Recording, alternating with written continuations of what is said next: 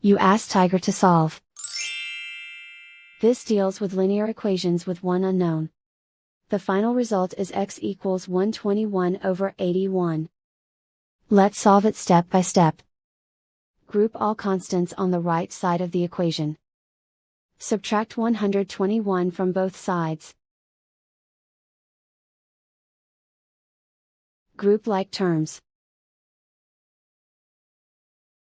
Simplify the arithmetic.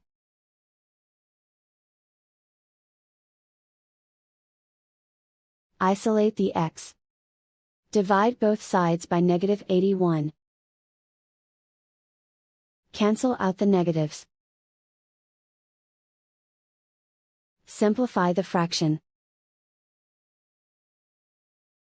Cancel out the negatives. And so the final result is x equals 121 over 81.